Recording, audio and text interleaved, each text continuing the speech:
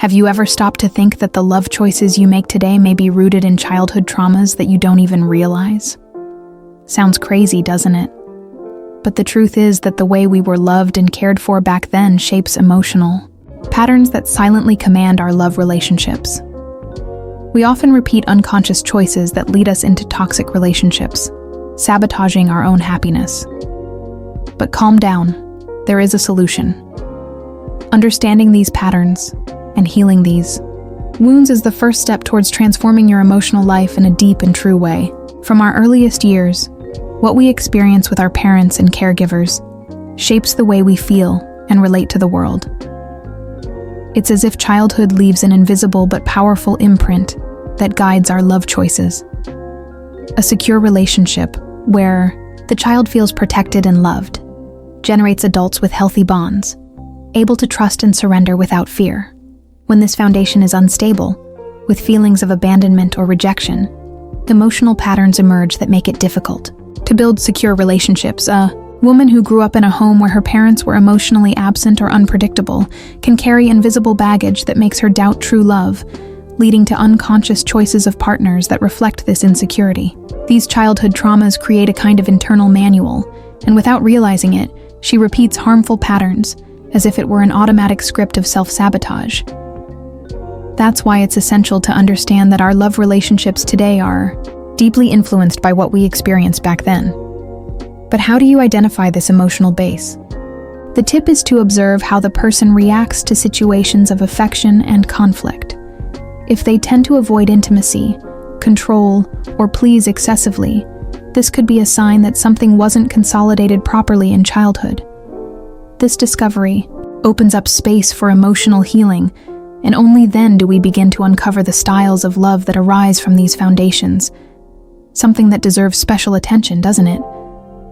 Love styles are like emotional maps that we carry from childhood, drawn up by our experiences with our caregivers. Each of these styles, avoidant, vacillating, controlling, sycophantic, and victim, is born out of how the child perceived love and security in that environment. For example, someone who grew up with insecure attachment can become avoidant, running away from intimacy so as not to get hurt, or vacillating, oscillating between fear of abandonment and a desperate need for closeness. These emotional patterns directly influence how she acts in her romantic relationships. The woman who identifies with the controlling style, for example, tries to maintain dominance so as not to feel rejected or vulnerable, while the sycophant seeks to please everyone in an attempt to avoid rejection and win approval. It's as if the past writes the script for the present, and self-sabotage occurs when these styles are not recognized or accepted.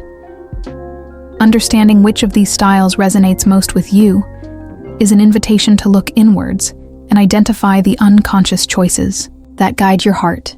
It's not about labeling, but about bringing light to the emotional complexity that dwells within you, something that is often confusing, because it can even mix traits from various styles, which leads us to understand even more about this loving complexity. Childhood traumas linked to abandonment and rejection leave deep scars that often manifest themselves in problematic love relationships. Imagine a woman who, in childhood, felt emotionally neglected. This fear of not being enough can become an unconscious pattern, leading her to self-sabotage, as if she herself were boycotting the happiness she desires. Insecure attachment creates a vicious cycle, where the fear of abandonment translates into excessive control or submission. This repetition of patterns may seem like a trap with no way out, but it's logical. The brain tries to avoid old pain, even if it means perpetuating new suffering.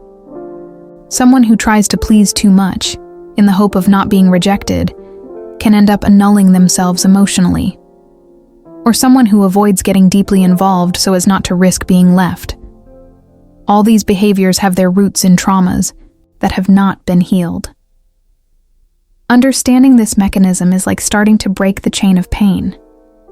When she identifies that she is acting on these old wounds, she opens up space for emotional healing and more conscious choices. This prepares the ground for the complexity of emotional styles that are often mixed within us. Few people fit perfectly into just one love style. The truth is that almost everyone has a mixture, the result of various childhood experiences and traumas that have shaped their emotional patterns. A woman can have traits of vacillating attachment, feeling fearful of abandonment, and at the same time act with control, trying to keep her partner close. This internal confusion is natural and part of human emotional complexity. This mixture of styles can generate deep conflicts within her. Sometimes she seeks closeness. Sometimes she withdraws in fear, as if torn between giving herself up and protecting herself. These behaviors are unconscious choices, often motivated by old emotional wounds that have not yet been fully healed. Self-sabotage appears when the mind tries to protect the heart, even if it causes pain. Recognizing that there is no single manual for love is liberating.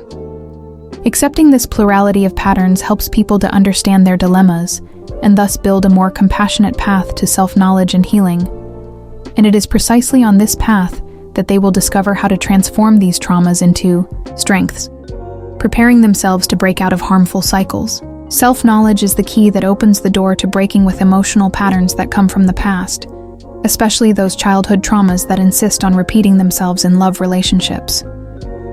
When people begin to observe their unconscious choices, they realize the moments when they self-punish, when they practice self-sabotage, or withdraw for fear of abandonment. This is a powerful awakening. If she notices that she always attracts partners who repeat the rejection she experienced in childhood, or that she feels caught in a trap of control and fear, she can begin to question why this is. Understanding these dynamics allows us to create practical strategies, such as setting healthy boundaries, seeking support, and giving ourselves permission to feel and express emotions without guilt. Emotional healing begins when we stop fighting ourselves and accept our history. This process takes courage, as it means looking at painful wounds and patterns that seem safe, even when they hurt. But it's also the path to building relationships that bring more security and true love. And this journey, although challenging, prepares her heart so that she can learn to forgive and cultivate compassion. Forgiveness is not about forgetting or justifying childhood traumas, abandonment, or rejection, but about freeing oneself from the weight that these events leave on the soul. Often, people carry deep anger towards their parents or caregivers, thinking that by forgiving, they will be denying their suffering. In fact, forgiveness is a gift they give themselves to ease their own pain and make room for emotional healing. When she can see that her parents or caregivers did the best they could even if they failed, a compassion is born that breaks the patterns of insecure attachment and self-sabotage. This doesn't erase the past, but it allows the person to break free from the cycle of rejection and abandonment that so influences their love relationships. This is an essential step towards building a healthier emotional life. In addition, compassion can be directed towards oneself. After all, how many times have people overcharged themselves for repeating emotional patterns or for unconscious choices? By accepting their own faults with kindness, they create fertile ground for self-knowledge and self-love, opening themselves up to relationships that are not based on fear, but on emotional security. This prepares us to understand how these traumas manifest themselves in everyday life. Often, childhood traumas manifest themselves as a silent game in current relationships. For example, when the fear of abandonment sets in, the person may try to control their partner's every move, believing that this will prevent rejection. At other times, insecure attachment makes them avoid intimacy, keeping their distance so as not to expose themselves to pain. These behaviors are unconscious emotional strategies that protect, but also sabotage love. Imagine someone who idealizes their partner too much, seeing them as perfect and ignoring warning signs. This idealization ends up generating deep frustrations when reality doesn't match the dream. It is these unconscious choices, born of trauma and insecure attachment, that repeat the cycle of self-sabotage and dissatisfaction. And it's necessary to recognize these patterns in order to break this cycle. In everyday life, the challenge is to be aware of your own reactions.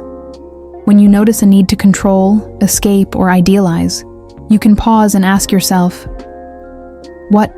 does this remind me of my childhood? Am I acting to protect myself from some old pain? This exercise in awareness helps to change patterns and seek more balanced relationships. Recognizing that childhood traumas influence relationships is liberating, but facing these deep wounds is not always easy. That's why seeking professional help, whether in therapy, psychotherapy, or other self-development practices, is an essential step for anyone who wants to break away from damaging emotional patterns. A therapist can help identify cycles of self-sabotage and guide the process of emotional healing. When a person decides to dedicate themselves to this journey, they begin to build a new, truer, and more loving narrative about themselves and their relationships. This process includes reframing past experiences, overcoming the fear of abandonment and rejection, and strengthening internal security. Thus, little by little, insecure attachment gives way to more stable bonds, and unconscious choices become conscious and empowering. The path is not linear, but transformation is real and possible. By allowing herself to change, a woman opens up again to love more authentically, without repeating painful patterns. And this new way of relating is what prepares her heart and mind for healthy, lasting bonds. Now that you've understood how childhood traumas influence your relationships, the question remains: what choices are you willing to change in order to break these patterns? Isn't it time to stop repeating cycles that only bring suffering?